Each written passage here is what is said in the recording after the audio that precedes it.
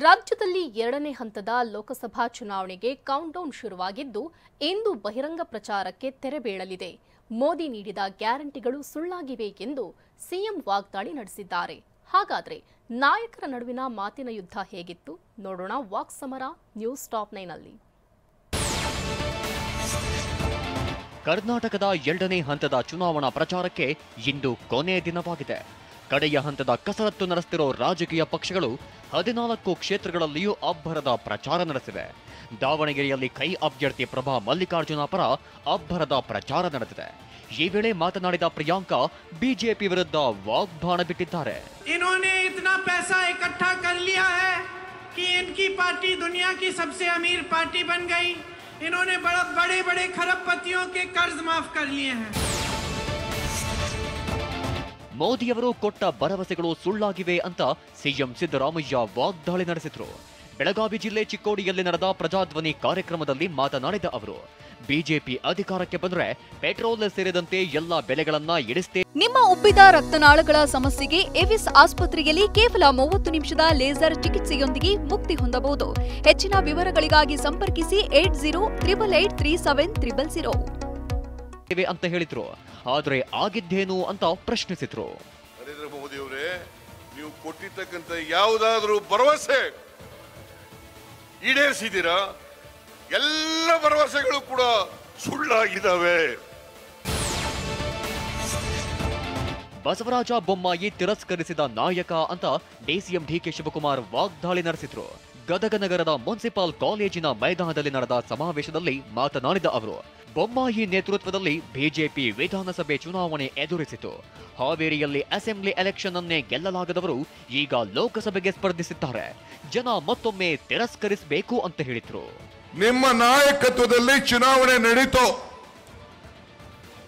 ನೀವು ಪಕ್ಕದ ಜಿಲ್ಲೆಯವರು, ನೀವು ಮುಖ್ಯಮಂತ್ರಿ ಆಗಿದ್ರಿ.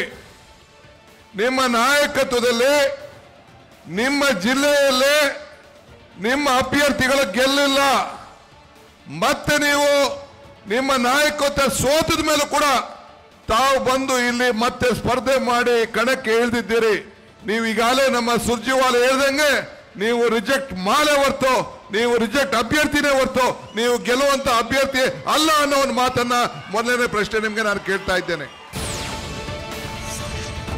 ಹುಬ್ಬಳ್ಳಿಯಲ್ಲಿ ಕಾಂಗ್ರೆಸ್ ಅಭ್ಯರ್ಥಿ ವಿನೋದ್ ಅಸೂಟಿ ಪರ ಪ್ರಚಾರ ಮಾಡಿದ ಡಿಸಿಎಂ ಡಿಕೆ ಶಿವಕುಮಾರ್ ಮತ ಶಿಕಾರಿ ನಡೆಸಿದ್ರು.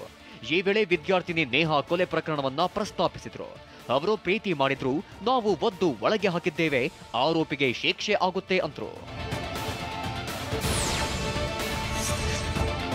ರಾಜ್ಯದ ಎರಡನೇ ಹಂತದ ಚುನಾವಣೆಯಲ್ಲೂ ಕಾಂಗ್ರೆಸ್ ಮಕ್ಮಲ್ ಟೋಪಿ ಅನ್ನೋ ಅಸ್ತ್ರ ಪ್ರಯೋಗಿಸಿದೆ. ಚೊಂಬು ಕೊಟ್ಟ ನಂತರ ಮೋದಿ ಹಾಕಿದ ಮಕ್ಮಲ್ ಟೋಪಿ ಎಂದು ಮೊನ್ನೆ ಜಾಹೀರಾತು ನೀಡಿತ್ತು. ಇದಕ್ಕೆ ಕೆಂಡಾಮಂಡಲವಾಗಿರೋ ಮಾಜಿ ಸಿಎಂ ಬಸವರಾಜ ಬೊಮ್ಮಾಯಿ ಮಾತಲ್ಲೇ ತಿವಿದಿದ್ದಾರೆ. ಇವತ್ತು ಡೆಸ್ಪರೇಟ್ ಎಷ್ಟಾಗಿದ್ದಾರೆ ಅಂದ್ರೆ ಕಾಂಗ್ರೆಸ್ ಅವ್ರ ಮಾತನ್ನು ಯಾರು ನಂಬ್ತಾ ಇಲ್ಲ. ಅದಕ್ಕೆ ಅಡ್ವರ್ಟೈಸ್ಮೆಂಟ್ ಕೊಟ್ಟು ಜನರು ನಂಬಿಸುವಂತ ಪ್ರಯತ್ನ ಮಾಡ್ತಾರೆ. ಚಂಬು ಮಕ್ಮಲ್ ಟೋಪಿ ಆ ಮಟ್ಟಕ್ಕೆ ಅವ್ರು ಇಳಿದಿದ್ದಾರೆ. ಅಂದ್ರೆ ಸುಳ್ಳನ್ನ ಪ್ರತಿಪಾದಿಸಿ ಸತ್ಯ ಮಾಡೋದಕ್ಕೆ ಇಂಥ ಟ್ಯಾಕ್ಟಿಕ್ಸ್ ಯೂಸ್ ಮಾಡಿದ್ದಾರೆ. ಸಂವಿಧಾನ ಇದ್ರೆ ತಾನೇ ನೀವು ಎಸ್ಟಿ ಕೆಟಗರಿ ಪಡೆಯೋದು ಅಂತ ಎಐಸಿಸಿ ಅಧ್ಯಕ್ಷ ಮಲ್ಲಿಕಾರ್ಜುನ ಖರ್ಗೆ ಪ್ರಶ್ನಿಸಿದ್ದಾರೆ. ಕಲಬುರಗಿಯಲ್ಲಿ ನಡೆದ ರಾಜ್ಯ ಮಟ್ಟದ ಕೌಲಿ ಸಮಾಜದ ಸಮಾವೇಶದಲ್ಲಿ ಮಾತನಾಡಿದ ಅವರು, ಈ ಚುನಾವಣೆಯಲ್ಲಿ 400 ಸೀಟು ಗೆದ್ರೆ ಬಿಜೆಪಿಯವರು ಸಂವಿಧಾನ ಬದಲಾವಣೆ ಮಾಡ್ತೀವಿ ಅಂತಾರೆ. ಸಂವಿಧಾನ ಬದಲಾವಣೆ ಮಾಡಿದ್ರೆ ಮೀಸಲಾತಿ ಹೋಗುತ್ತೆ. ಹಾಗಾಗಿ ನಿಮಗೋಸ್ಕರ ಕೆಲಸ ಮಾಡೋರನ್ನ ಆಯ್ಕೆ ಮಾಡಿ ಅಂತಂದ್ರು.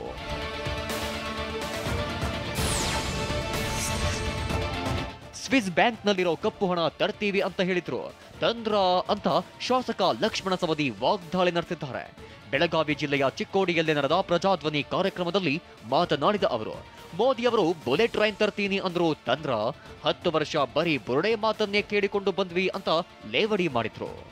ವಿದೇಶದಲ್ಲಿ ಹಣ ಇಟ್ಟಿದ್ದಾರೆ, ಮೋದಿ ಸಾಹೇಬರು ಬಂದ್ರೆ ಅದನ್ನು ತರ್ತಾರೆ. ಅದನ್ನು ತಂದು ಈ ದೇಶದಲ್ಲಿರ್ತಕ್ಕಂಥ ಪ್ರತಿಯೊಬ್ಬನ ಅಕೌಂಟ್ಗಳಿಗೆ 15 ಲಕ್ಷ ಹಾಕಿದ್ರು ಮತ್ತು ರೊಕ್ಕ ಉಳಿತೈತೆ ಅಂತ ಹೇಳೋರು. ನಾವು ಕೇಳಿದ್ವಿ ಎಟ್ಟರೆ ಐತೆ ರೊಕ್ಕ ಅಲ್ಲಿ ಅಂತ. ಅವಾಗ ಒಬ್ರು ಹೇಳಿದ್ರು ನಮಗೆ ಭಾಷಣದಾಗ, ಈ ದೇಶದೊಳಗೆ ಮುಂದೆ 10 ವರ್ಷ ಯಾರೂ ಟ್ಯಾಕ್ಸ್ ಕಟ್ಟೋದು ಅವಶ್ಯಕತೆ ಇಲ್ಲ, ಅಷ್ಟು ಹಣ ಅದ.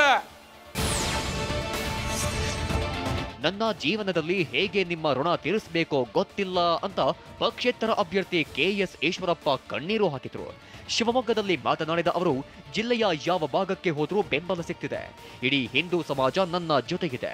ಜೂನ್ 4ರಂದು ನಾನು 100ಕ್ಕೆ 100 ಗೆಲ್ತೇನೆ ಅಂದ್ರು. ಅಪ್ಪ ಮಕ್ಕಳನ್ನ ಪಕ್ಕಕ್ಕೆ ಸರಿಸಬೇಕು ಅಂತ ಈಶ್ವರಪ್ಪ ಹೋರಾಟ ಮಾಡ್ತಿದ್ದಾರೆ. ಭಾರತೀಯ ಜನತಾ ಪಾರ್ಟಿಯನ್ನು ಶುದ್ಧೀಕರಣ ಮಾಡೋಕ್ಕೋಸ್ಕರ ಹೋರಾಟ ಮಾಡ್ತಿದ್ದಾರೆ. ಈ ಲೆಕ್ಕದಲ್ಲಿ ಎಲ್ಲರೂ ನನಗೆ ಬೆಂಬಲ ಕೊಡ್ತಿದ್ದಾರೆ. ಅವರೆಲ್ಲರೂ ಕೂಡ ನಾನು ಸಾಷ್ಟಾಂಗ ನಮಸ್ಕಾರಗಳು ಸಲ್ಲಿಸ್ತೇನೆ. 100ಕ್ಕೆ 100 ನಾನು ಗೆಲ್ತೀನಿ ಅನ್ನೋದು ನನ್ನ 100ಕ್ಕೆ 100 ಮುಂಚೆನೂ ಗೊತ್ತಿತ್ತು. ರಾಯಚೂರಿನಲ್ಲಿ ಬಿಜೆಪಿ ಅಭ್ಯರ್ಥಿ ರಾಜ ಅಮರೇಶ್ವರ ನಾಯಕ್ ಪರ ಅಣ್ಣಾಮಲೈ ಪ್ರಚಾರಕ್ಕೆ ಇಳಿದಿದ್ರು. ರೋಡ್ ಶೋ ನಡೆಸಿ ಕೇಸರಿ ಪಡೆಗೆ ಹುರಿದುಂಬಿಸಿದ್ರು.